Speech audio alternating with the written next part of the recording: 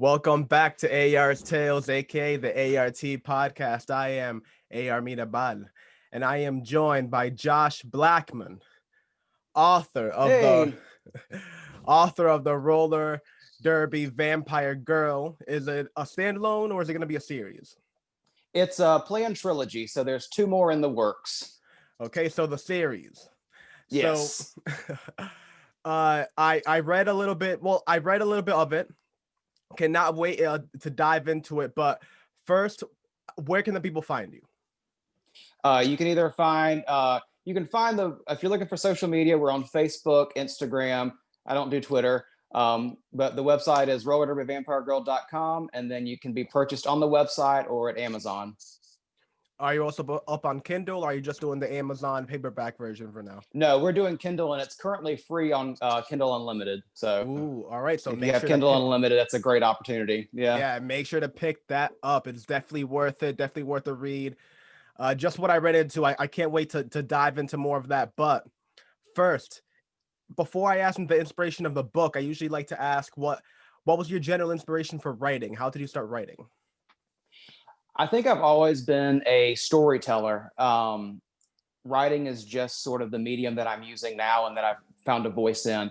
Even as a kid, I was an only child for 6 years, so I had like my entire like young childhood. I was basically by myself. So it's like I'm creating all these worlds, these characters, and I think it was just a natural progression. I also do a lot of art. So when I was younger, I wanted to be a animator. So I was going to be a cartoonist, and that's how I was going to tell stories. And I ended up doing graphic design and working for a magazine. And the writing staff for the magazine was basically pulled back due to budget cuts. And I was like, I could do this by myself. So I basically started writing stories for the magazine and realized I was like, oh, I've got kind of a knack for this. And I just began to pursue that further and more seriously. Wow, I immediately started smiling because there were a couple things that I picked up on that are just so reminiscent to my upbringing and kind of like my background too. I have brothers and sisters, but there's such an age gap between us that Mhm. a lot of gaps in a lot of batches of my life were kind of raised like only child. Mhm. So a lot of, I used to play with my toys. That was my storytelling. You know what I mean? I used to have really in-depth like plots with my Batman and my different all my different shit. I would put it together, and that was my version of storytelling. You know what I mean? And Oh, then absolutely. Yeah, you have like these like stories that'll span days. It's like, okay, don't touch these toys because when I come back to it later, we're gonna pick up right where we left off. oh So yeah, and especially with the holidays, you would find like all Batman's inside of the Christmas tree doing recon. You know what I mean? Up the yeah. chimney doing wherever the hell. My mom's going pissed off, and I'm even more mad. Like, nah, they Yeah. were in the middle of a mission. You just fucked They them were up. involved. Yeah, Yeah. they were there. They were in deep with the enemy. But whatever. Yeah. Evidently, you don't care. Yeah. And then because my thing too was that I was going to be a cartoonist. That was my thing as well. I used to take Oh, the really? yeah, I used to take the paper sheets off like the teacher's printer, fold them up into the comic book, Hmm. staple the sides, make the whole comic book out of that, and then Yeah. everything just developed from there. So it's awesome that a lot of writers seem to have the same type of upbringing. Excuse me. Hmm. That it's always the same type of just a creative spark from the beginning. And it's even more Absolutely. interesting. You're the first person to say the whole to say the whole thing about the only child. So I wonder if that's like a psychological thing too. I don't know. I like it. I mean, maybe it's sort of, I think there's something to be said for, I know kids these days have, they have smartphones, they have apps, but there's something to be said for forcing yourself to be bored and, basically mentally fixing that. It's like, if you don't develop those skills as a kid, I'm like, when are you going to develop them? Because I'm like, it's like, now's that prime time to be like, all right, well, I'm bored. How do I fix it? So you just create what you want to be fun. Oh my God. I mean, I could talk forever on just that little thing that you said right there. I mean, like so much of technology that which is actually like the inspiration for a lot of my writing for science fiction, kind of like the things that you don't realize when you develop a technology. But a Hmm. lot of things that like the iPhones and things are bringing up is kind of the avoidance of things that we think are icky, When in reality, those are the building blocks. Know what I mean? Like boredom, like you just said. Like without boredom, like Yeah. you don't have the creativity. That's not, that's when you don't have cave paintings in the caves in France. You know what I mean? If cavemen didn't get bored, we wouldn't have that, and that's like the mark that they left in order for ricochet throughout time. And Yeah, then I mean, if you look at that, it's like art with that art became words. Art, like, it was communication. That's all we had. And then it's, it just, I mean, again, like you said, there's pitfalls and upsides to every piece of technology and every advancement we make. But it's like mother is the necessity, or like, necessity is the mother of invention. There's got to be some catalyst. You know? yeah, definitely. And another one is like awkwardness. I don't know if you ever Mhm. noticed that, like, but like especially now with like the younger generation, is like when you walk into a room and you feel like that uncomfortable thing, what does everybody do now? They pull out their phone. Yeah. Before, the awkward gap had to be filled with some type of conversation that was an icebreaker. It was like, oh, the weather's going crazy outside, something. Yeah. That's how like conversation was like bred, and that's how you like talk to your man, like, your fellow man or woman, dog, whatever. Yeah. That's how you made a quick communication. And then now, because of the ease of just being able to quickly avoid that and go into your own world, that is dissipating itself. But It is. I like we are losing some forms of communication while developing completely new ones. yes, which is one that I was blind to for a while. I wasn't hip on social media for a while into the writing game, and then because my whole logic was like, Stephen King, Stephen King isn't busting out tweets, why, Yeah. that's where I'm aiming. Why am I doing that? But then like Yeah. eventually you kind of get into it. I mean, like right now, I mean, I wouldn't be in the situation I am currently right now, speaking to fellow authors about their works and motivations, inspirations without the involvement of social media. So it does comes with its ups and downs, and the bookish community on Instagram, they all have Mhm. their great booms, and there's obviously the negatives too, with all the spam accounts Yeah. and all that shit. But Yeah. Yeah. yeah, well, kind of segueing from that into the book itself. One Mhm. thing about the book is that it is just, I don't want to say almost niche, but it's just a crazy, like, where did you get the concept? It's Roller I mean, derby, vampire. Where do you get this from? I really can't take credit for the concept itself. What I take credit for is realizing that there was something there. We were sitting at lunch. This has been about 11 years ago with some of my coworkers, and they had two of the girls had started playing roller derby, and one of them came in and said she had this weird dream that they were on the roller derby course, and like all these vampires started attacking. And so we were joking around about it at the table, and then, like, of course, 10 years later, I've taken it far too seriously. But I was like, there's a story there. So initially, when I moved from wanting to be a cartoonist, I switched early, like late in high school. I was going to direct films, and so I decided I was going to write my own screenplays. So for a long time, my rating was regulated to like screenplays and scripts and things like that. So my initial thing was like, I'm going to turn this into a weird campy slasher film. And so the initial draft was actually based like a script or a screenplay. And then about 10 years ago, we were doing this thing called Writing Wednesday on Facebook, and you'd write something every week. And I was sitting there and I was like, I have no idea what I'm gonna write. So I pulled that up and I'm like, well, I'll just adapt this. And it was only going to be one chapter. I was just going to do like the little intro, and then I just kept doing it. And it was like, oh, well, now it's a novel.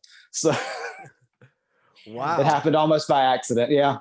And how long ago was that? I wrote the first draft. I wrote the first draft of Roller Derby Vampire Girl in 2011, 2011. Wow. And and then then, didn't do anything with it until last year. oh wow. Well, did you write Yeah. in the meantime, or what? Did you devote yourself into other vocations? Well, I do a lot of writing for work. I currently manage a social media and digital creative firm, and I do a lot of blog writing, ghost writing, stuff like that. So a lot of my writing for the past few years has been strictly related to work.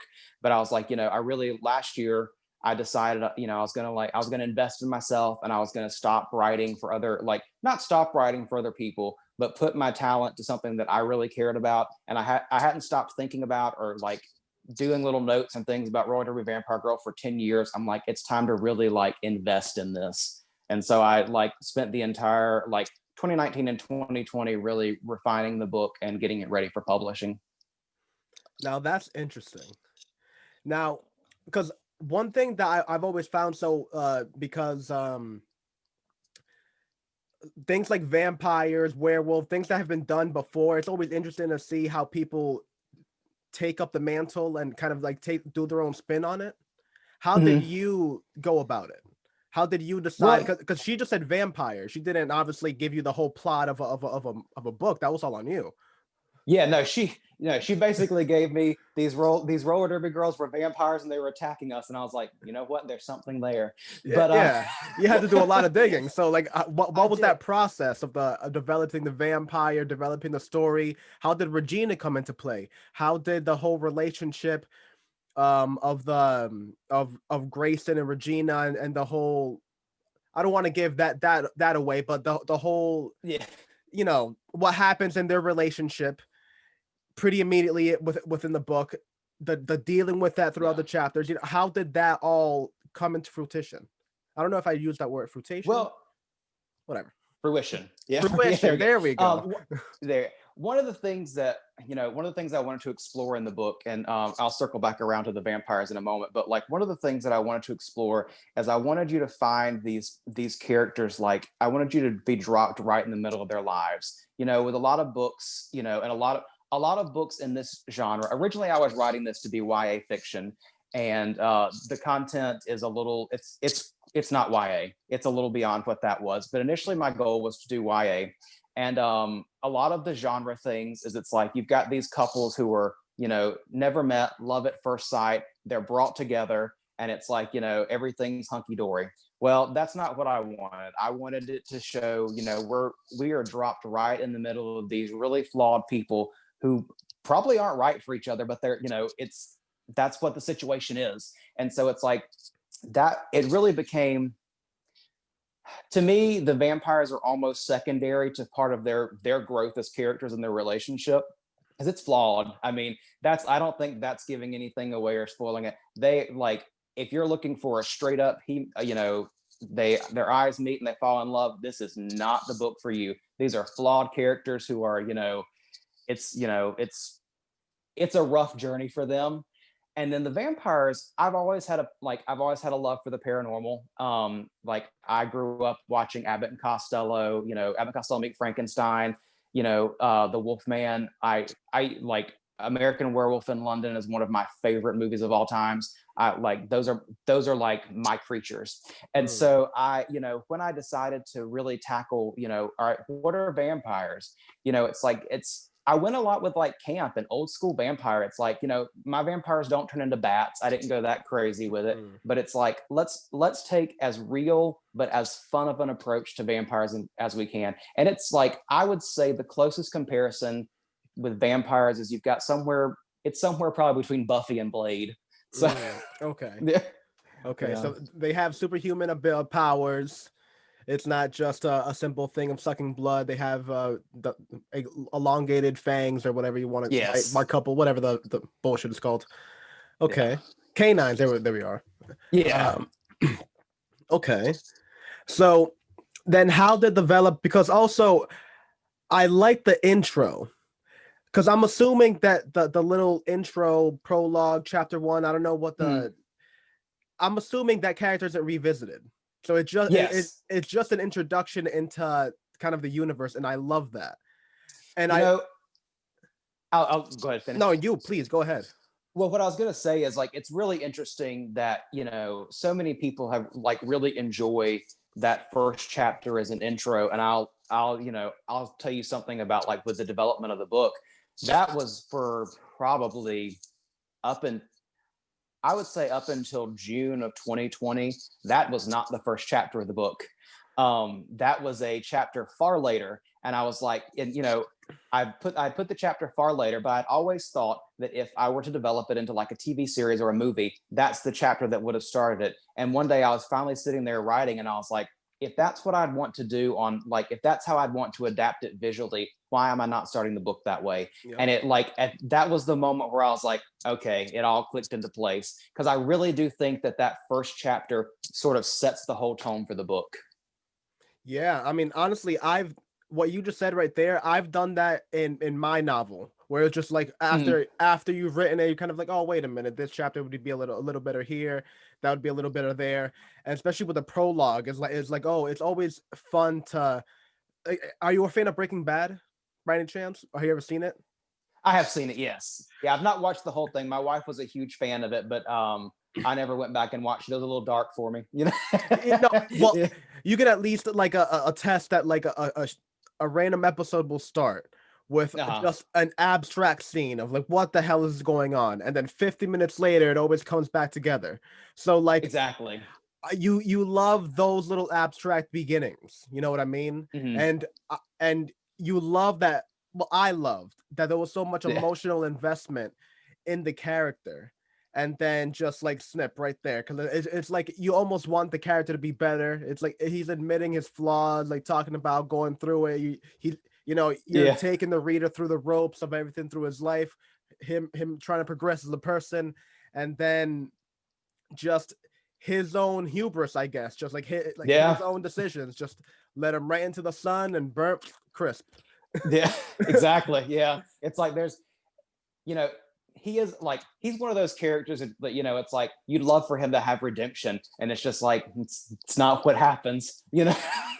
Hmm. That's why I love Yeah. that you said that it sets the tone for the book, Mhm. because as you said, it's not the fairy tale ending. It's not the Dorothy clicks at the end, we all go home at the end. These are flawed characters, and it's the progression of that. Yeah. So since without getting too deep into the spoilers of the book, what is something that you loved writing within the book? What was like a scene that when you went through it, it just took you through the emotions? um there is a scene, and it's pretty there's two scenes really. There's two scenes. One of them is early on in the book, and it's right after sort of a pivotal moment for Regina, and she's finally it's the first time she's been alone after all this, and she's like basically looking at herself in the mirror and realizing that you know maybe she's not who she like maybe she's not who she recognizes anymore in the mirror, and it's like has this life she's been living, is it a lie, or is she ready to leave it behind? And that's one of I think it's really fun when you can dive into a character's psyche like that, because you can put yourself in, everyone has those situations where it's like you get to a point where you're like, oh, I didn't, how did I get here? And it's really nice to be able to take a character like that and look into that for them. The other one is that towards the end of the like there's a big action scene at the end of the book, which I don't think that's really a spoiler. It's building up to it for most of the book. Mm. But that was it's fun because it was one of the most challenging scenes. Writing action was something that really scared me, and writing it well was a challenge. So it was just fun challenging myself to do that well. Yeah, honestly, I have to really agree with you on the action scene, Yeah. because I'm a huge fan of comedy too. So there was a comedian, I can't remember who. It was a long time ago. It was like back in the Comedy Central, like at like midnight, like half-hour special days. And it was like a comedian talking about that, like Jason Bourne, the Bourne movies were based on a book. Mhm. And he was talking about like how the fuck was that possible?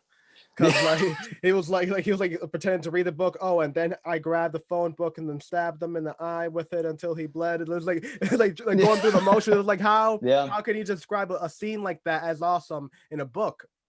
And like when I thought of the action scene, because it's so easy to write prose, it's so easy Yeah. to write emotional, kind of like what you're going through.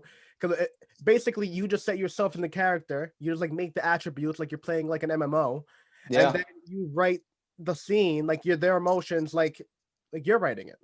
Yeah. But like an Exactly. action sequence is so much different. I mean, it's like you're thinking about it with like camera angles, and like you're Yeah. looking at it from like a director standpoint, kind of like how you're talking about with the screenplay. Yeah. One, it's like, I can roller skate, but roller derby is not something that like I have played myself. I watched a lot of videos. I watched a lot of, I went and saw bouts. I talked to derby girls, but it became a challenge to write it convincingly, because I don't want you like to read the book, you don't have to know what roller derby is at all. There's enough, but if you are a part of this, the niche audience that's like loves roller derby, plays roller derby, and is into sort of these, vampires and supernatural thrillers, I want you to be able to read it and be like, oh, this guy knows what he's talking about. This feels genuine. And so that was like, it was a challenge for writing action, but then challenge for writing action that felt genuine. So it was, challenges are fun, but it took me a while to make sure that that one was right. Did you have like a prior? You said that you like to you skate. Is that a thing that you've been doing for a while? No, I have rollerblades. I did as a kid, and I used to like years ago. I used to take first dates to a roller skating rink because I thought, oh, that's a cool first date. Yeah. So that's basically my history with roller skating. But no, it really just sort of and I do it a lot more now because I feel like I need to be good at it. Yeah. But Need but to- no, it wasn't something that was like, I know, I was like, all right, if I ever have to do this, I'm like, I need to be able to do it. But no, it wasn't something that was like a personal interest. It was, I mean, it is now, and it's a really neat sport, and it's definitely a sport, and it's not a sport for, it's not a sport for everyone because it's full contact, but but yeah, no, I really grew to love it while writing the book. Wow. So that was the whole idea of the roller derby. That was fully the concept given to you by your friend that day. That Yeah, they were like, they had just joined the local roller derby team, and so they had been to practice the night before, and she was like, I had this dream, we were out skating and vampires came, and it's just one of those things. It's like it stuck in the back of my mind and would not leave, and so I knew there was something to it. Wow. Well, that's just so awesome. Because one thing that I've talked about a lot with like other authors here is kind of the idea of writing what you know. Mhm. Like, there's always kind of like a some type of actual passion that the writer has had before kind of pops up and before, and you can kind of like read it within like the fine lines of the text. And I picked it up with yours, so I assumed that you were somehow into like into roller derby, and I was like, that's interesting. That's a cool thing. Yeah. Because usually it's like a like you'll read some martial arts sequence and it's actually Mhm. pretty like technical, and the person will be like, oh yeah, I have a black belt in taekwondo, and it's like, all right, that makes sense. Yeah. or, or then like you'll read like a murder mystery and the person's going really in depth. It was like, oh, I was doing corrections for like 30 years. Like, all right, well, yeah, that's math. Yeah. Yeah. Yeah. So I'm reading yours and I'm like, all right, well, obviously this dude is into roller derby and he likes to knock people out. And hey, that's cool, man.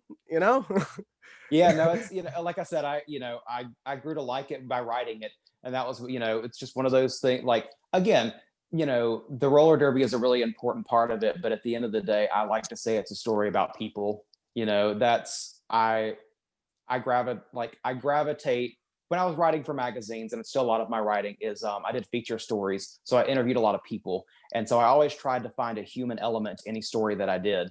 And so even once where it's like, oh, we're building a new building, go write about it. Well, I'm going to find someone who built the building or the contractor and talk about, like, I want to find a human connection or a human element. And that's sort of what I brought to the roller derby side of it. You get to learn about roller derby and fall in love with roller derby because you get to learn and meet people who love it. So that's sort of the angle I took. And when I started writing for people who loved it, it made me love it. Yeah, that's awesome.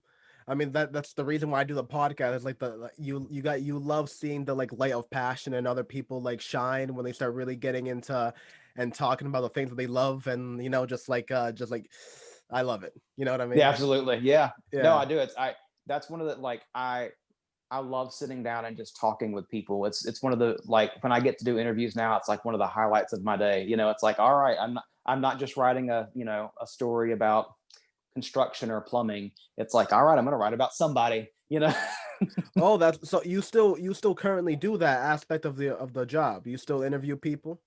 I Every now and then, most of my interviews typically now are more sort of they're kind of PR based. It's, we do press releases or we do things where we're introducing staff, but I still get to talk to people and learn about them, and I try and make them as interesting as possible so they don't come off as boilerplate. Hmm.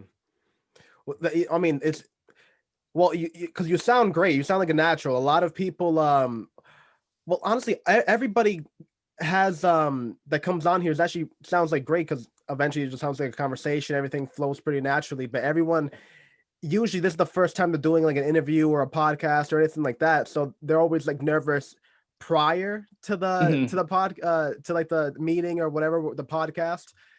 And I'm always getting letters like, oh, I've never done this before. Well, letters, like we're still using letters. Can you imagine? Yeah. I'm ripping up the candle wick. Oh, three Yeah. fortnights. Huh. Yeah. Got that You know, quill writing, you know. yeah, in reality, I'm like watching, Netflix, like looking at my phone. Oh, okay. Yeah. Uh, they're sending me like they're sending me like messages on Instagram, like, oh, I've never done a podcast before. As I have a MacBook Pro and like, Studio Beats headphones. Is that going to be all right? It's like, no, yeah, you'll be all right with that. I think you'll be You'll be fine. fine. Yeah. Yeah.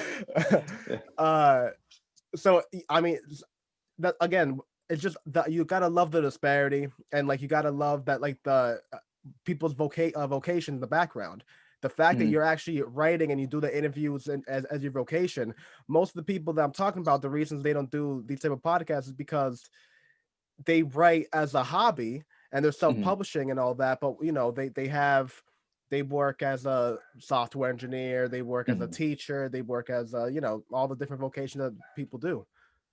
Yeah, How is I'm really fortunate that I have, for basically my entire career, I have been able to do something creative. When I was like in my teens, I worked at a chicken house. That was not the most creative, but I mean, my first real job was at a newspaper doing graphic design, and I've been a staff writer for a nonprofit. Like I said, I'm currently running a digital media company. So we do everything from graphic design to social media management and writing for blogs and newspaper articles and all. So it's like I've been really fortunate that every job, I would say most jobs that I've had, I have been able to show my creativity in one way or the other. Oh, so you're running the that company. Yes. Oh, Yeah. plug it, man. What's up? No, it's Tubus Digital Creative, TOUVUS. Okay, Yeah. yeah. Where can people find it? Website, plug it. What's up? Tuvus.com, TOUVUS.com. We focus on small businesses who cannot afford a full-time marketing firm. We have packages starting as low as $375 a month, and that includes social media management for all your platforms, includes graphic design hours. So if you're looking to get business cards or pamphlets, those are included. You just pay the print cost, and we keep your business up to date because nowadays most small businesses cannot afford a full-time marketer, so we fill that hole for you. Awesome, man. That's awesome. Awesome. You gotta love the entrepreneurship. You gotta plug that shit, Yeah. man. Yeah. And I see your book behind you. Is Yeah. that a Yeah. stack? Print that It out. is. Yeah. So I Oh, and so yeah, you these even got a you even got a wooden stake in case well, her I do. Bambi pumps out. That's her name, right? Yes. Yeah, I do. Well, all of the which will not come as a surprise to you now, but all of the designs, all of the book cover, everything for the book I did myself. Those are all mine. Every post that you see on Instagram, those are mine. So this steak, I whittled it myself from a stick I picked up in my yard, and that's what I've used in promos. So I designed the book cover, the back, like You that's should sell yeah. those. Well, like like make like legit. No, honestly, Yeah. people love those like little things. I've been as like because one thing that I love about the self publishing thing is there's almost a weird uh kind of like a weird shade over it, Mhm. whereas the people that think, well, a lot of people that I've talked to about self publishing almost feel like it's like the route that they have to, whereas they would rather go the traditional publishing route and get have go through that and have all that. But I like the self-publishing route. I like that you have all that thing on your control, especially in today's media marketing and with all the social media that there is. And I love the idea that all the promotion is on your end. And I Mhm. love the different things that people do in order to promote their books and the things that, oh my God, the different ideas that people come up with. So I Yeah. mean, like, you know what I mean? A steak for a Yeah. vampire, why not? Just get like Yeah. a I'm serious. You get like a couple Yeah. like real sized one, right? Just like, Yeah. moderate them, and then like, put Yeah. like cool etchings on it with like wood burning or whatever. I'm sure you can do that with graphic design. I mean, I don't know. Yeah, no, that'd be really cool. I actually have a client who does wood burning, so that's definitely something that I could do. But yeah, that's I mean, you know, Maybe I even put it think like a there's a Patreon thing as like a yeah that tier. would yeah that'd be awesome. Yeah, that'd be really cool. I think there is. I think we're coming out of it, but I think there's a stigma attached with self-publishing that it's like self-publishing is for the people who can't get a book deal. I don't think that's Yes. the case anymore. The Yes. thing is, I looked at a lot of traditional publishers, and one of the things is it's like at the end of the day, I'm like this is at the end of the day, it's going to come down to money. At the end of the day, I want the money that's supposed to be coming to me when I also but I also want control over how my book's marketed, and I may not know everything about it, and I may not I'm still learning about the book industry and like publishing and all that. And in 2 years' time, I may be like, wow, I promoted this completely wrong, but at least I'm taking ownership of that and I'm making those calls myself. And it's like at the end of the day, this is a 10-year journey for me. I want this to continue to be my journey with it. Exactly. And it's just so weird on how everything grows. I mean, there was one conversation that I had with a person that had started doing the whole self-publishing thing in 2013.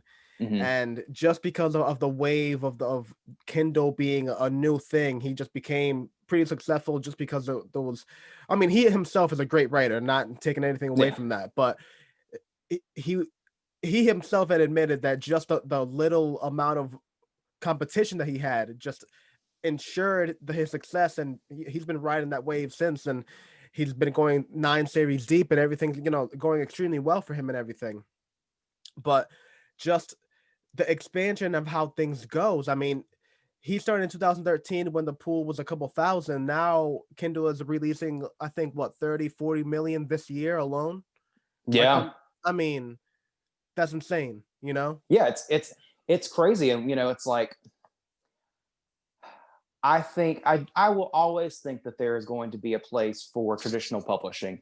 I do. But I'm like, if you look at the market currently of who is getting published basically with traditional publishing, a lot of it's celebrities and people who already have a name. I'm like, I could have gone with a traditional publisher and be selling the same amount of books and just making less money. Exactly. It.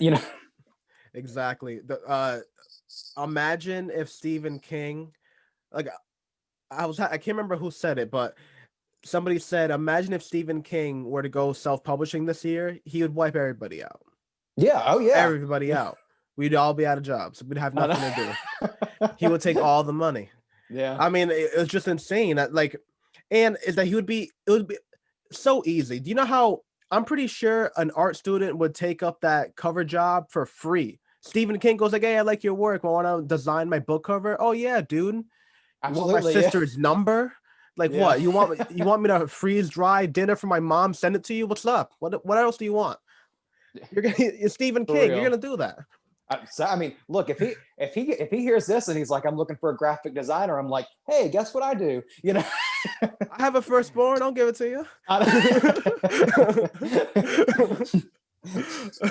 You know what I mean? It's just. Did you do that painting in the back too? By the way.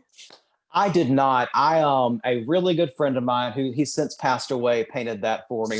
It's got a nice cracking and taking the ship down. But I actually based the entire color of my office in here around that painting. But he passed away in 2014. But he did the painting in 2011. But it's one of my favorite possessions. Wow, it is a beautiful painting. Um, Wait, one thing. Can you hold back the cover again? Can you actually like Yeah. hold it up to the thing, and yeah, exactly. Show a nice little, yeah, beautiful cover. So walk me through. Can you like do the binder in the back too? Yeah, we got Yeah, nice. and then the back is just sort of a continuation of the front. Yeah, It's beautiful. it's designed to look like a single. Yeah. How did the designing of that come? Did you get actual models? Did you get like stock images of people? Yeah, funny story. I'll tell you the so COVID sort of messed me up. I had all intentions of doing a photo shoot with real. I had actors picked. We were going to film a trailer. We were going to do, and while we were filming the trailer for the book, we were going to do photos for the cover and everything like that. And then when COVID hit, it was like, well, that's not happening anymore. So I went and I tried to find I went and found stock photos of models who had a large catalog. So I wanted I wanted models who I could do a lot with their photos with. So I went and found people who sort of like to me looked as best as I could represent the characters in my head. And thankfully I was able to find pretty close, associations for all the characters that I ended up using. But it was one of those things where it's like I needed ones where they had a lot of facial emotions. I needed a lot of different hands and poses and things like that. So I basically went and purchased all the ones that I could of these specific models. That way I could keep all the branding consistent.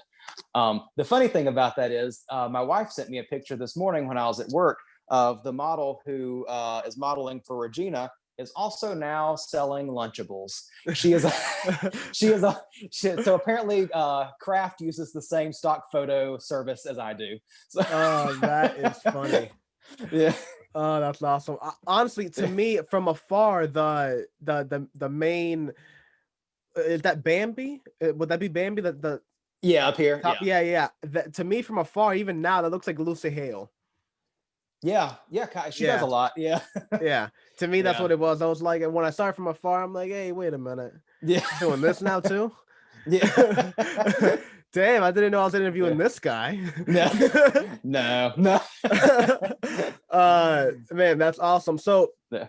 how is the series gonna be developed? Is it gonna be the continuation of the same characters? How is that plotted to go without any spoilers? Gotta make sure to Yeah. pick it No. up on Amazon, Kindle out now. Roller Yes. derby girl, pick that shit up. So it does follow some of the same characters.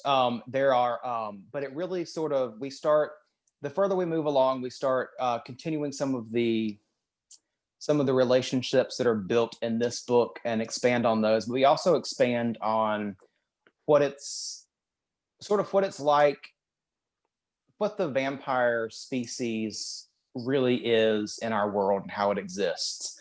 In this book, it's really, these characters are thrust into it right in the middle, and it's like, oh, these things are real, and now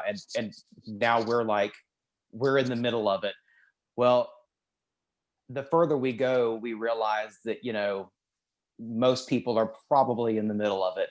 So it's really sort of it develops the characters, but it also expands this entire world of vampires as well. I love that. So the first one is kind of what you were saying before, where it's not really the focus on the vampire. The vampires are the sub genre. Hmm. The main thing is the character development and the idea of the Hmm. characters being thrust into a fantasy world that was under the nose basically in the entire time. And Yeah, well, then you the second one, the continuation, is the kind of the lore, the actual exactly. like, all right, now we're here. What is going on? Where's up? Where's down? Yeah, well, the idea is I like sort of how in my head how I see it is like, you want to grow with the characters and you want to learn with them. It's like as they're learning more about this, you do too. And it's a 3 book journey. And I think the biggest thing like with the as the series as a whole is I think it will need to be each book can be read on its own and still be a great story, but it's best appreciated when it's all together. Mm. Because it's a journey, and it's whether that's mental, emotional, or mystical. It's a journey for these characters and this world. Well, do you plan to have it with the same singular character? Is the first one going to be Regina? Is the second one going to be in the point of view of another character? The third one, another? It stays with the central character. I Okay. don't want to give too much. I won't give Oh, too much away, but no, it does don't. stay with like the characters that you are.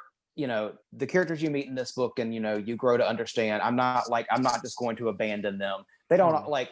they don't all continue on. I'm like, just, I'm not gonna lie, but they don't all make it through all three books. But it's like you do get to, and there are new characters added, but you do stay with the central core of the book. I like those characters mean a lot to me, and I think they deserve to be fleshed out and they go on this journey. Mm. And well, because there were a couple times in the writing that I kind of chuckled, like kind of like small little witty things that you put in there. Was that a thing that you intend very heavily? Is comedy and that type of wit something that you try to instill within your writing? Yes, I think there's a lot of tragedy, but there's a lot of stuff that's funny about real life. Mm. There are things, even in the worst of situations, there are funny things about it, or there's things you look back and you can laugh at. And I want it to be one of those things. It's like there are some things in this book that these characters do that, from an outsider's perspective, is absolutely ridiculous. But if you were in that situation and you did it, it would be like, no, I get it 100%. It's like they do things and say things that, like, you're sitting there reading it and you're like, oh my gosh, that's so dumb. But it's like, that's real. People do dumb things and say dumb things, and it's funny, and it should be funny. Yeah. Oh God, I love that. What do you have any like inspirations that you draw from, like in books? Like, what is your Mount Rushmore when it comes to literature? I as far as it's weird because it's not anywhere near my it's like nothing like my genre, and it's not even like reflected in my writing. I don't think it may be. I don't see it, but that may be something when I tell you, people will be like, oh yeah, no, I totally see that. Mm. Two of my favorite books I've ever read are Michael Crichton's Jurassic Park and then The Lost World. I love those. I think they're serious, but they don't take themselves too seriously, and it's about something fantastical, but in a grounded world. And like that's sort of what I like. I like that there's still fantasy in the real world, and there's still all this unknown, but it's you still recognize the world around you. That's I like that a lot because it's something that I've had trouble with when you really try to invent something completely fantastical, just completely Mm. out of the spectrum of everything. You're writing from the point of view of an alien in an alien world in another dimension. There's nothing, like, you're just floating in space. There's not even a tightrope to walk on. There's nothing to grasp. There's no emotional link to like link you to, like, there's nothing there's no ground. You're just falling. Yeah, it's And, hard to and find something tangible. yeah, Yeah, exactly. There's nothing. It's just hollow. You know what I mean?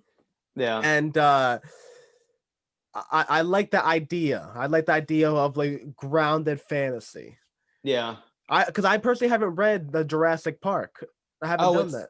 it's great. I mean, it's great. I really do think they're both great books. I actually prefer the sequel to the first one, not in the movies, but the book I do. Like, it's just but no, I really enjoyed them as literature, and they're one of those books that I can always go back and reread.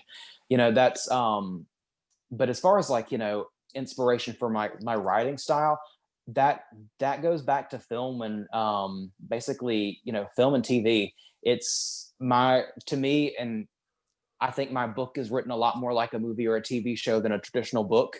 I think it's almost set up like episodic, but that's part of it's just how I see it, and how, like, that's how I see it in my mind. So that's how I sort of put it to paper. It's all very visual to me, and it's sort of there are certain beats in the books that are, to me, are really reflective of like, all right, well, now there's a commercial break, and like, to me, the chapters are sort of commercial breaks. So Yeah, I know, because I think of my writing inspiration a lot, and most of my writing also comes. I talk about it and joke about it all this on time. I always talk about doing doing my critique or doing my studying when I'm on fucking Netflix or on yeah, watching TV, goofing off, right?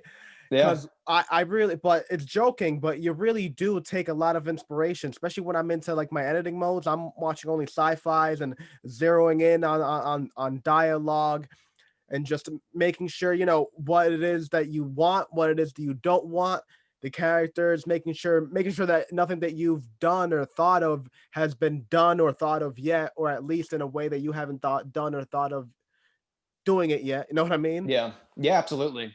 Yeah, I So mean, that was one of the things for me with vampires. It's like, I don't want to reinvent the wheel, but I also don't want them to be boring. So yeah. it's like how do I find something that's interesting, that's still interesting for vampires? It's like not over the top and it's just not like, well that's all right. I just like I want it to be classic but yet fun because I'm like some of my favorite movies, like I said, are like 70s and 80s slasher films. They're funny, but they're funny, they're gory, and they're it's just a fun ride. And that's sort of how I think of the book. I'm like, I just want you to read it and have fun, and if you get a little bit scared, that's great too. you know I love that. I love like the well, it's interesting because this book doesn't necessarily end while on that whole high note, but do you plan on ending the series on that kind of like, all right, everything's kind of like cool and the I can't think of the director's name, but Pretty in Pink, yeah. uh um John Breakfast Hughes. Club. There we Yeah. go. It's like a Yeah. John Hughes type of ending, not necessarily like Heather's. Heather, I love that movie Heather's. You Yeah. ever seen that movie Heather's? Yeah. Yeah. Makes me at the moment I was like reading through, I can't remember, I think it was like chapter the introduction of Bambi, that whole like and her clique immediately Yeah. made me think of Heather's. I was like, oh yeah, cool, dope, Yeah, dope. no, as far as I will say, I think the first book is probably the most campy story wise. It Mm. does get a little bit more serious as we go, and I think most characters in some way deserve a happy ending. I don't know if I would say that where we're going is necessarily like everyone rides off into the sunset and we're all hunky dory, but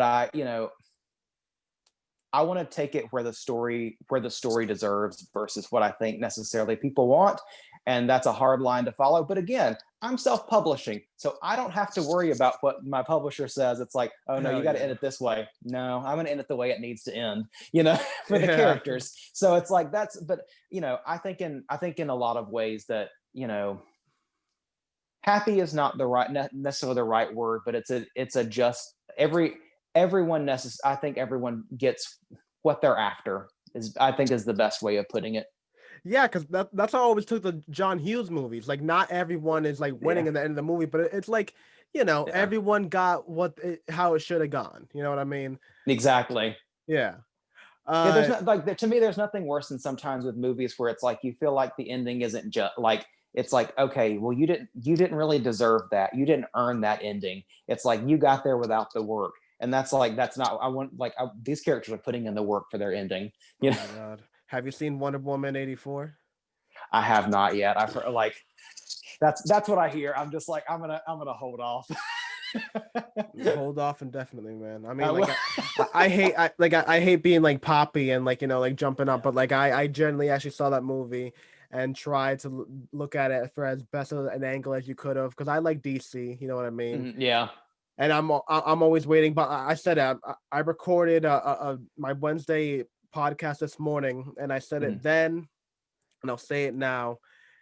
I'm done with DC. We're broken up. I mean, like I'm still having I'm still having my flings with Batman, obviously, but Of like course, yeah. Yeah. me and DC are done. I'm putting the ring in a bag. I'm throwing the bag in a river, and I'm laying the river on fire or something like that. I don't know, Yeah, but we're that's I done. mean that's sort of how I growing up, DC was always my favorite over Marvel, but I think that as far as when you're talking about Without a adapting doubt, to no question. I think when you're adapting to film, I think that Marvel has found a strategy that like it or not, it works and they are Hits. producing solid work. And that, Yep. and DC again, we're talking about putting in the work. DC, the film division, does not put in the work and They does don't put not in the work. earn. They don't. It's like, and that like there have been some high points. I genuinely enjoyed the first Wonder Woman. It wasn't perfect, but I Man, enjoyed it. I need But to it's watch like that goddamn movie. Everybody's been saying that. It's just bad timing. It came out the same yeah, year that Justice League came out, and Justice League yeah, was trash. And I was like, all right, yeah. Justice League is bad. Wonder Woman is in Justice League, and now you're gonna give me a Wonder Woman movie? Fuck out of here! I'm not gonna watch that. I don't know. Well, that's like I didn't watch. I think I watched it. It ended up like streaming somewhere, and it's like, all right, I'll sit here and watch this. And I was pleasantly surprised, and I was like, oh, all right. And which made me look really forward. Like I was really looking forward to the sequel, and then I started hearing rumblings about a year ago about like some of the stuff that was going Year on because I'm like ago. I try and keep up with all that, and I was like, yeah, I might have to skip this one, and which makes me really sad because I like Patty Jenkins, and she's moving over into Star Wars, which is my thing, and so I'm Oh like, no. I know, I'm like, but I'm like, it's a fighter pilot movie, so I'm like, I'm reserving my judgment. I'm gonna, we'll see what Nah, happens, but son. Reserving my judgment. Nah, fuck that. Cause I'm getting the Star Wars too. I didn't yeah, like Star Wars. Like I wasn't one of those people that grew up on Star Wars, but like as an adult, I'm getting into it, and it's a hell of a. It's a pretty. I mean, from a writing standpoint, fuck George Lucas. Like, how can I exist as a science fiction writer yeah, in a world where Star Wars exists? I can't think of anything without a person being like, "Oh, that's like Star Wars." I can't yeah. do I mean, nothing. And especially when yeah, you include the extended universe, get out of here. I have no yeah. work. I have nothing to do. I have nothing to No, do. They covered it all. They've it's covered it all. expansive. Yeah, there. No, it's insane. Yeah, yeah, it's crazy. I'm like, no, and I think like, a lot of people there is some clunky dialogue in Star Wars, but that's also part of its charm. But what I mean, George Lucas is a storyteller through and through. He can build a world and tell a story. Some of Yep. his dialogue is a little clunky, but again, that's part of the charm to me. And I think that you have a generation now, which I'm like, I'm not going to defend all the sequel trilogy. I have my own issues with that, but I think when you try and be too hard on this, like the connective threads and the sharp dialogue and witty interactions, it's like go back and watch A New Hope from '77. There's some stuff in Bless there that you. is, I I'm telling it's you. like, come on, like that's part of the charm of Star Wars, I'm you know. telling you. Yeah. I just like cause you know how fucking I keep on swearing. You know how little kids are. Mhm. Like they parrot anything, especially with the internet. They parrot anything they read. So Yeah. I was watching The Force Awakens because Mhm. we just had the holidays, so you have all your families over. So we're together for an extended amount of time, and we love watching movies. Like we're a Mhm. movie watching family. So we're watching through it, and it's kind of like early, so it's just me and my nephew. He's like into sci-fi, all the same stuff I am. So we're watching the Force Awakens, and we both actually like it. At first, he was talking trash, like, "Oh, all the new Yeah. ones are like trash," right? It was like, "Nah, we'll just watch it. Stop being annoying." Yeah. And we both liked it. Both had a great time watching it. Yeah. Then we go. Then the Last Jedi pops up to like put out, and I click on that, and he goes like, "Oh, I heard this movie's trash," and I'm like, "Yo, shut your mouth." And we were just gonna watch the movie, and then we ended up enjoying that one, and then it ended up Mhm. enjoying, and then I love the third one, The Rise of Skywalker. Yeah. I love that. And like you can't tell me that Poe and Finn are equal to like I mean I'm not gonna compare it to the obviously equal because I'm gonna get hate mail for the rest of my life. But you know who I'm comparing him to, and to Yes. Yeah. me that dialogue was popping. I mean, there were times that thank God I wasn't watching in a movie theater. I was watching at the luxury of my house, but I had to like I Yeah. had like laugh multiple times in the same scene because Yeah. like the dialogue was too witty. It was too good. It was the It, exact I thing think I it's always wanted of like the space cowboy. You know what I mean? Of like the gunslinger and the oh my god. yeah. And No, just there I think it's become popular to hate stuff that other people like. It's yeah. become popular to rag on stuff that people enjoy, and it's like, just have fun. It's like that's what movies are supposed to be. You know what I like? There is a place for movies that are deep, and there is a place for movies that are fun, and you should be able to enjoy both of them. And if you can't, maybe that's your problem. You know? Yeah, Yeah. definitely. Like that has to be some type of projection. Like who does that? That's like looking to me. That's like looking at a dog and being like, "Oh yeah, but it could have five legs, right?" Like Yeah. Yeah, but it's a it's dog. You know? its hair could be a little furry, though. You know what I mean? Yeah. Why is it white like that? I see speckles Yeah. of gray in there. It's like, dude, what? Pet it. It's I don't know, awesome. just enjoy an awesome dog. Yeah, just You know? enjoy an awesome dog, dude. Yeah. Because I'm telling you, it was actually depressing to me after I watched the trilogy because I'm pretty ignorant when it comes to all that type of stuff. So like I hopped on to Reddit with like, waiting to hear like, like lost type of theories, like people going like, oh yeah, that last episode was awesome. Here's my theory. I was waiting for that type of stuff. And Yeah. those people just bashing it to life. And it's like, oh, all the stuff didn't make sense. And I will give it, I personally I didn't pay attention to the whole Palpatine thing. For whatever reason, I just assumed that they kind of linked in between. It is Yeah. weird that they just popped it up out of nowhere. Oh, by the way, Yeah. LOL. The dead Yeah. speak, bro. What do you mean? But see, I don't mind that because I But like I don't Palpatine. mind I it was like, look, either. Palpatine's back, you know? Yeah, and on top of that, like if you play like any of the Star Wars games, Mhm. all the movies, all the magic stuff they get into, that is light work. Light. Yeah. You know what I mean? Like when people talk about all the stuff, it's like, oh, that wouldn't be. It's like, bro, you have no idea. I know. This Force stuff is crazy. You had this. I'm telling you, Yeah. this universe is insane. What Force can do is on some other stuff, bro. And their technology, like the people's technology to try to counter what the Force users can do. Just Yeah. it's an ongoing arms race on both sides. It's the craziest. That's why you love it. It's like it Exactly. was the beginning of the military sci-fi, I believe. Like it was the beginning of that Yeah. genre. Yeah. I mean, I think it's fun. And I like again, I think if you find fault with it, you want to find fault with it. And if you enjoy it, you want to enjoy it. I'm like, just don't hate other people for enjoying something that you don't, you know?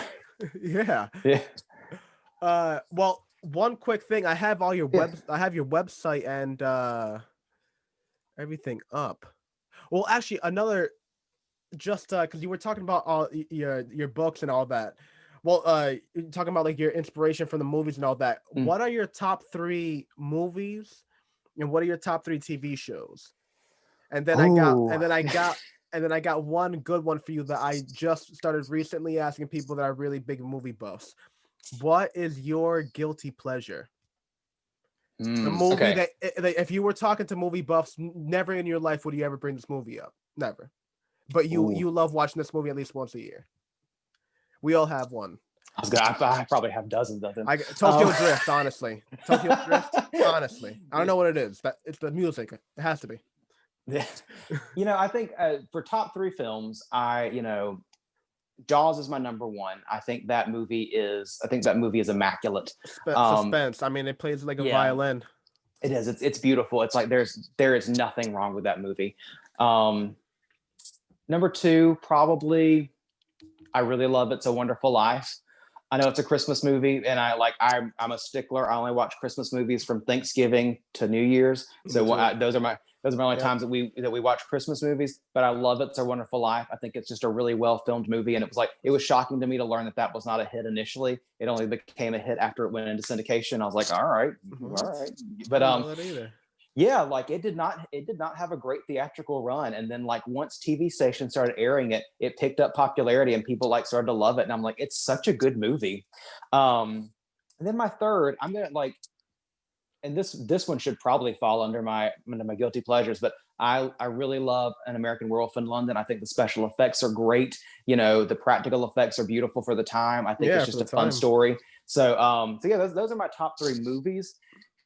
TV shows, oof, that's probably a more difficult one than any of them. Let's see. I'm trying to think of what I'm gonna be just a basic white person. I like Friends. That's one of my That's a like I good love show. that. Yeah. I grew up on Friends. I love it. I'll rewatch it all like when I can. We don't have cable anymore and it's not on Netflix, so I'm like I haven't watched it much lately. But we used to just Where is rewatch it that on one. though? It's on. I think it's on HBO Max. I think it's either that or Peacock. I'm not sure which one it's Of on. course. Well, Yeah. Peacock is free. Yeah. I just haven't downloaded the app. I've been lazy about that. I also really because I really want to watch the new Psych movie and I haven't done that. I like that TV show. The new what? Um, Psych. Is that a good show? It was a great show. I love that show. I don't. It doesn't make it. It's in my top 10, not my top three, but it's one of my top 10 favorite shows. It's funny. It's got a lot of witty dialogue, and James Roday and Dule Hill are great together. They are like they're the best of like buddy comedy. It's a great show. I highly recommend it. Okay, I'm gonna definitely try that out.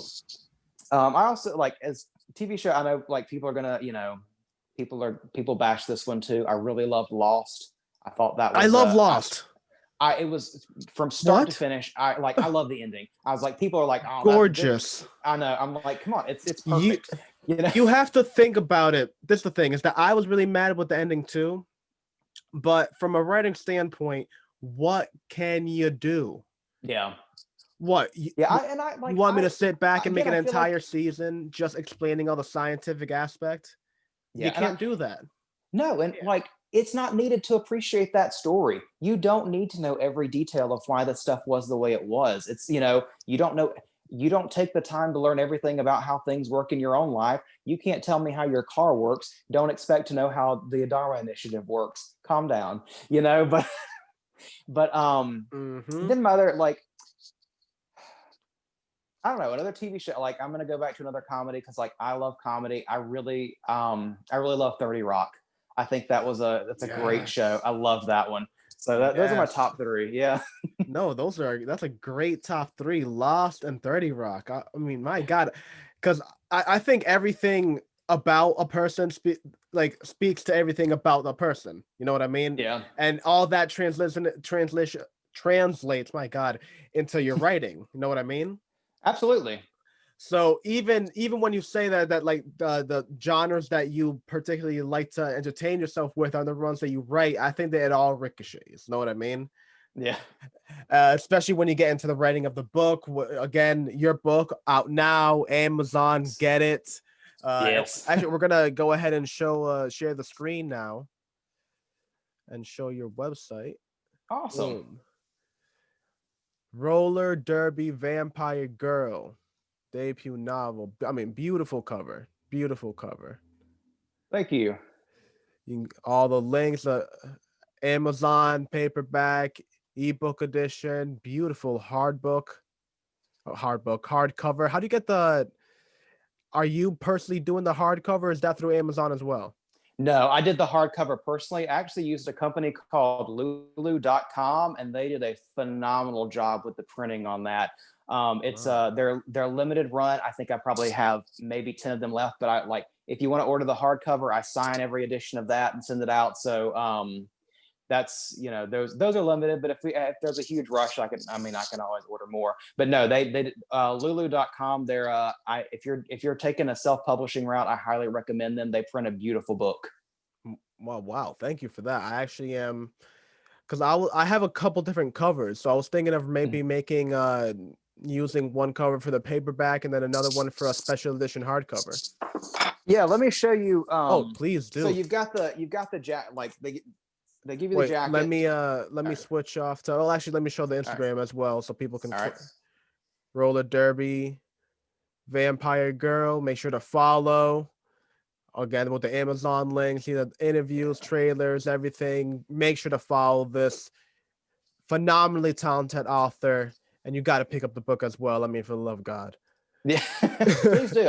And I'd love to hear what everyone thinks of it. Like that's while reviews are 100 like are definitely scary, it's like I definitely like I want it to be a conversation. That was one of the things, my wife asked me a long time ago. She's like, what are your goals for this? She's like, what's your end goal? And I was like, I'd love to sell a lot of books, but that's not really my goal at the end of the day. My Mm, goal was I want people to read it. I want people to enjoy it. I want to be able to like know that people are having a conversation about it or like have a conversation with me about it. If you read it and you're like, oh, what about this? Shoot, send me a DM. I would love to nerd out on what you think or what you think's going to happen or what you want to happen. I'm not saying it's going to, but I'm like, I just want the book to be a conversation starter and I just want people to enjoy it. definitely. Yeah. I mean that's all you can ask for. That's all I want as well. I'll be honest with you. That's all Yeah. I think. You know what I mean? Like especially when you're writing it, you always Hmm. have those thoughts of like, oh, will a person, if I make this like one reference to this obscure, book from way back when that I read when I was a Yeah. kid, is somebody gonna pick up on that? And just Yeah. like having all those like different thoughts and whatnot. But I clicked off of the share now. That you were gonna show me the hardcover. Yeah. I was going to show you. So it's got the jacket and then they do a really nice job of, they do the printing on the spine as well. So Ooh, it's a really nice hardcover. So yeah, if you're a self-publisher and you're looking for something that you can trust in quality, I like Lulu.com. Every one of the books is in pristine condition. They had quick shipping and it's incredibly affordable. that is phenomenal. I am so gonna do that. What is the dimensions of that book? Is that a 6'9"? This is a 6 by 9. Yes. Yeah. Huh. Man, I can't remember what those like some reference point that like like kind of like showed you how to do it by hand, Yeah. and I guess I picked up the picture pretty well. 6'9" does You look like did, that. yeah. Yeah, looks like that in your hand. Yeah, you nailed it. Yeah. No, Yeah. because it's actually kind of funny. How did you base that off of? Was that just like the number that you picked, or did you base it off of like genres that you liked, previous books that you saw? They How'd you have get into very that? they have various sizes available, but I really honestly I went with what felt best like to hold. To You know, hold. I like as I mean I think that e-readers are awesome and I definitely appreciate their place in the industry, but I still like holding a book. Like Mm. I like having a physical book, and like to me the 6x9 is what fit best in my hand, and like what I could read in bed, or because like I Yeah. sort of see this book as like, it's not a super long book, and I feel like it's a pretty easy read. And it's one of those that I'm like, you pick up on a Friday and you're done by Sunday. It's like, it's one of those books you just want to like, Mm. nerd out with and read. So that's like, I want something that felt comfortable in your hands and you weren't like, the pages aren't flipping everywhere. So that's the sort of the size I decided on. That's awesome. I decided to go with a 5'8", but I started off with a 6'9". Oh, really? Yeah, I shrunk Yeah. it down to a 5'8" just because I like the idea of it kind of like being more within your palm, and you just kind of like Yeah. fold it and kind of hold it with one hand, eating a sandwich. Yeah. Yeah. You know what I mean? Yeah. But man, that is just phenomenal. I love the graphic designs that you're doing. Do you ever think that you're gonna branch off? Well, you said that you got into the idea of a screenplay and all that, and I'm sure there's gonna come along with like funding. But as far as more Yeah. within the stream, with the journey of what was possible within a couple years, do you think you're gonna get into graphic novels and or comic books or anything like that? I would love to. It's been that's before I really decided to before I decided that I was going to publish the novel.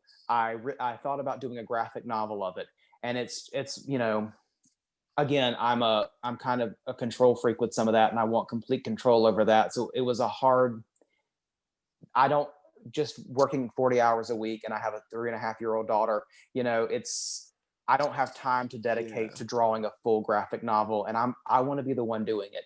So it's like I can find the time because like I can lay in bed and work in Google Docs and write on my phone at night. I can do editing like that at night, Mm, but I can't draw a full graphic novel like that. So it's really just I just don't want to give up control of that. mm. Yeah. Well, why don't you try talking to to artists that you well, I use Reddit or like Mm, Fiverr or yeah. honestly just Instagram now too. I've started doing that. Yeah. Just like talking to artists that and not even just asking them for commission, but just talking to Yeah. them just kind of like on a friendly base and just to develop like a rapport. Because I feel the same way, that I have a lot of graphics and a lot of things that I want to draw from my books. And Mm, I felt the same way of like, oh, well, I want to draw all these things, but I don't have the time to draw all these things until yeah. I reached out and talked to some people that were kind of just into the idea. And then I Mm, didn't ask them for commission until like a year after. yeah. And then now they handle like all those drawings, and it's just like a rapport that we have. It's like, oh, I talk about a character and I have to describe the character to them. It's just like, oh yeah, that character we talked for a year before. Like, I have all the references in my head. It's like talking to an extension of yourself, and like using that. I want to start getting into graphic novels now. That's actually what I want to start doing for 2021. That's awesome.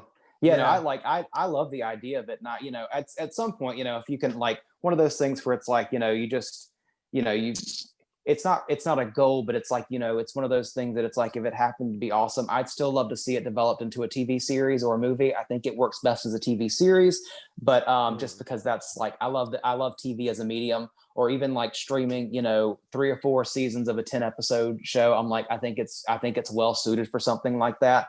But it's like one of those things, you start from the ground up and you never know where it can go. But I'm open to all, like, I definitely am open to a graphic novel. I'm open to, any other way that this decides to expand and grow. I think there's a lot of potential. That's awesome. That's awesome. One thing I want to start playing around with, I want to get like a 3D printer and start making like little like models. You know what I mean? Yeah, that'd be like yeah. They're like like little like they're super figurines. affordable now. Yeah, they really I've never are. played with them, but I'm like I'd love to have one. Someone wants to gift me one of those. That'd be great. You know. Hey, hey, Yeah. hey. Send it to the Yeah. podcast and I'll make sure it gets to your Yeah. house. After I play around with it for a couple Yeah. years, We'll just share it. Yeah. we'll share it, Yeah. keep it at my house. It'll be like Yeah. Debo from Friday. There you go. um, my God. Well, what genre would you classify vampire? My God, I keep on mixing up the verbs. Roller derby vampire girl. um, I think the best, like, at the end of the day, I think it's a vampire thriller, but I like I mean, it's really a comedy vampire thriller. Mm. That's what I think is the most accurate. It's if you're depending on what your age level, I definitely think it's a PG-13 book. I don't think it's a little beyond YA. It's definitely it falls under new adult fiction, but I think if you're narrowing it down to genre, it's a vampire thriller. Awesome. Do you think you're ever gonna switch the genre? Do you think you're always gonna be writing vampire thrillers or vampire comedies? Do you think you're gonna be going into dark comedies or switching it up? No, I really I have probably I don't plan on really working on anything else for until I'm done with this one. So I'm probably three-fourths of the way done with the sequel, and then I have notes for the third one. So I'm hoping to have this trilogy completed over the next 5 years. But the sort of what I see next is like a complete departure. I want to go into much more. So a lot of my short stories or things I want to develop are much more in the realm of the paranormal or supernatural, that don't revolve around vampires. I've got a couple of things that are werewolf related, but I think I'm going to hold off on that for a while. But I've got some stuff with like ghosts and that I'd like to explore. I like the supernatural and the fantasy of place and the fantasy aspects of that, and that real world, but there's something weird about it. But no, I mean, I could be completely wrong, and in 5 years I could be like eating my words. But I'm like, I think after these three, I'm done with vampires for a while. But who Mm. knows? You know? Man, that would be awesome. I think, especially with your writing, I would very, very, very much be hawking anything you do with like ghost, like Awesome. a comedy ghost series would be really Yeah, fun. That'd be yeah, fun. Like yeah. Ghostbusters is the only thing that I can really think of that comes close to the idea of like treating ghosts in a light way. You know what I mean? And in a playful type of, or Casper, but Casper is kind of like a little PG, Yeah. a little Well, G, honestly. there's a weird, and I come from a heavily religious background, and one of the things that I don't do in literature and I don't do with films and movies is I don't do demons. And I think so much of ghost stuff now, like it so often goes from ghost to demon right away, and I'm like, there's a whole genre They're that you're linked missing now. out on. I know, and it's like they shouldn't be. There's this whole thing. Just have fun with ghosts. Like there's some, but like you said, there are not a lot of things out there that treat ghosts with like levity or fun. It's Hmm. either super serious or it's like Casper. You know. Yeah. Yeah. Well, that's the thing. Casper is just like not even, it's not even used anymore. Like our No. generation, well, I can't even say our generation, but like yeah, like prior, I would say anyone after like 2005 doesn't know Casper the way that Casper is just like an idea. It's like an Yeah. idea of a ghost. They don't know Casper as like the friendly ghost. You know what I mean? They don't even know they Yeah. don't know the movies. They don't know the TV shows and all that. And so like No, really, it's an icon. It's not a thing. yeah, it's an it's a pop culture reference. exactly Yeah. it's a pop culture reference. Whereas like ghosts are just strictly exactly what you said. They're all demons now. It's Yeah. that 100% leap. Like just thinking about it, right? I almost had like a Jimmy Neutron brain blast just thinking about it. Yeah. Just in all honesty, the moment you said that whole thing about the demons, Ghostbusters is the last movie I can think of that treated ghosts with the idea of like ghost ectoplasm, or like Danny Phantom from like Nickelodeon back in the day. Yeah. It was the only shows that I can think of that like treated ghosts as like this like they almost exist in a different dimension, and there was like this like weird thing that you can talk in between them and this ectoplasm. Like now everything else is just more related to like a spiritual world and demons and hell and all that. Yeah. Like I would love a resurgence of that type of like ectoplasm, you know, like, you know, more fantasy Yeah. type of. Oh, that would be awesome. I would. Well, I'll see what I can do. You know. Yeah. I'll take that, please. Side of Yeah. Just make a note. You know. I know I'll have one. I know I'll have one reader at least. You know. Yeah. Oh, Yeah. definitely. It's been like I said, Yeah. huge fan of what I read so far. Roller Thank you. Derby Vampire Girl. You gotta pick it up. Amazon, Kindle, and that hardcover is a hard. My God, I'm so corny. I was about to say, is it that hardcover is a hard sell, but that's the exact Yeah. opposite of what I was trying to, what I Yeah. was trying to say. I'm such an idiot. What I meant, that hardcover is like awesome. That's you gotta buy it. I mean, like, Thank you.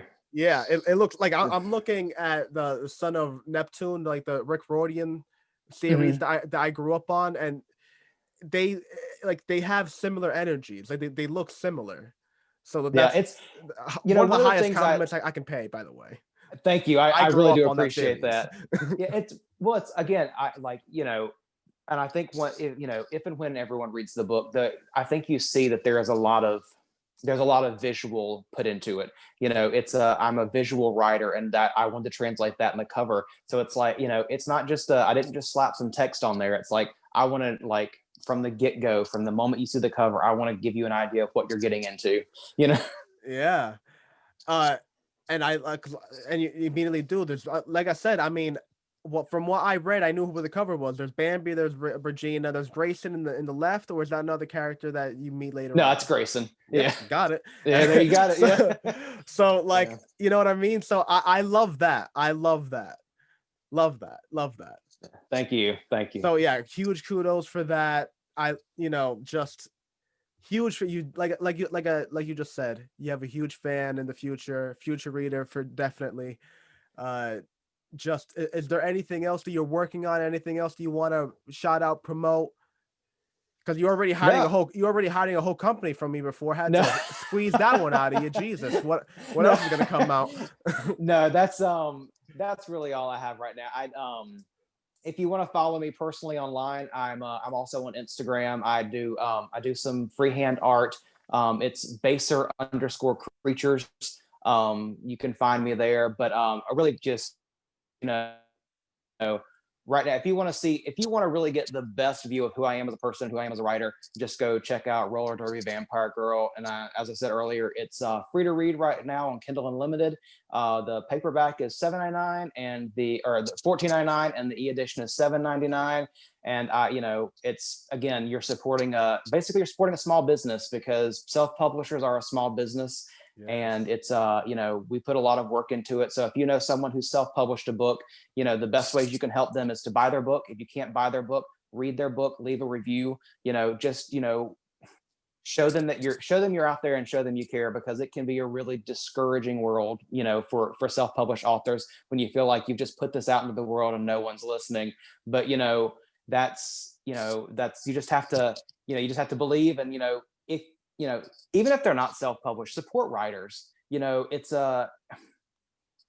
It's really hard to put your heart and soul onto paper, and put it out in the world. And if you enjoy it, let them know, by all means. definitely. I mean, I everything you said, I cannot tell you how annoyed I get when I'm hanging out at my sibling's house, or I go visit my mom, and you know, and they get a new book, and the new book is some ex-congresswoman, some, Yeah. secretary of state, that they didn't write the damn book. You No. know that like half of the stuff in there, if not 75% of it, is filtered to make it seem to give you some type of agenda. And then on top of that, how much did that book cost? Is it the standard like $10, $15? No, it's somehow $35. I didn't even know Yeah. books cost that much. I, You know what I mean? yeah. And I'm over here, and you can't even get mad, because one, it's like you didn't even buy that to read it. You're not interested in even the thoughts. You bought that only because It's like other people are buying it, and it's just like, well, I want to seem interesting. I want a conversation piece when people come over. People think I'm fucking interesting. Yeah. Like Yeah. it's just like like I mean, I'm talking a lot of smack. There's a whole bunch of reasons to read a whole bunch of different books, and but to me, it's just like, dude, with that $35, you could have not only not just supported. That's an understatement. You could have made the day of 35 people. Yeah. No, The absolutely. day, Like, the day you pick 35 authors that they're doing the Kindle special. I'm telling you, they all would do backflips, all of them. yeah. Even if they're bed Yeah. stricken in vegetable states, they would all do backflips. Yeah. There's like, especially for people who have been doing it a long time. And I've been in the marketing industry for 10 years or 15 years now, so I got a pretty thick skin when it comes to it. Not like I prepared myself, for whatever happened, but it's like, when you see those sales numbers tick up, it's like, all right, people are appreciating what I'm doing. It brightens your day, and it doesn't have to be a lot. And like, again, with reviews, even if it's just as simple as, I really liked this book, let authors know that. I can guarantee you that most authors are checking their Amazon reviews. Oh, Like, they're Hawking it. checking it themselves. So Yeah. just like, know that when you do that, like, know they're seeing it. Like, it's important to them. I'd like, appreciate the work that you're doing. We talk about so often, supporting the arts. And I think a lot of times writers are left out of that.